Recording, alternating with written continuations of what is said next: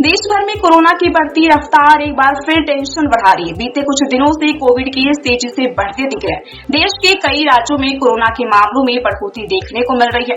देश में सोमवार 9 जून की सुबह 10 बजे तक कोरोना के एक्टिव केस की संख्या 6,491 हो गई है।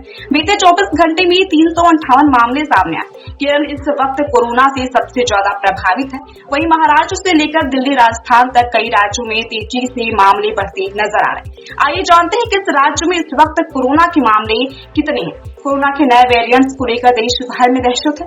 इन दिनों बढ़ रहे मामलों के लिए इन्हीं वेरिएंट्स को जिम्मेदार माना जा रहा है। वहीं कोरोना के बढ़ते मामलों को देखते हुए केंद्र सरकार और राज्य सरकारों ने भी अस्पतालों को अलर्ट रहने को कहा।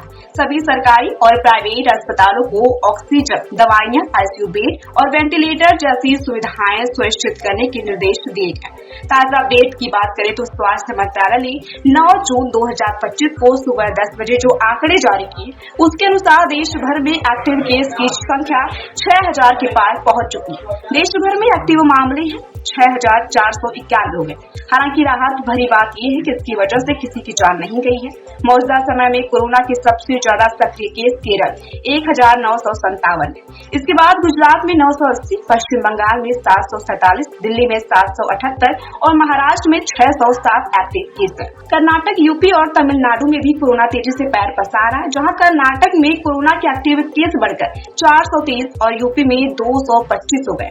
तो वहीं तमिलनाडु में यह आंकड़ा 219 पहुंच गया। भारत में कोविड-19 के मामले में तेजी से इजाफा हो रहा है। इसके 4 वेरिएंट मिले हैं। आईसीएमआर के डायरेक्टर डॉक्टर राजीव बहल ने बताया कि दक्षिण और पश्चिम भारत ने जिन वेरिएंट की सीक्वेंस की बात बताई है, उसमें LF7, XFG, JN1 और NB181 सीरीज के। बाकी जगहों से नमूने लेकर सीक्वेंसिंग की जा रही है ताकि नए वेरिएंट की जांच की जा सके। मामले बहुत गंभीर नहीं है और लोगों को चिंता नहीं करनी चाहिए।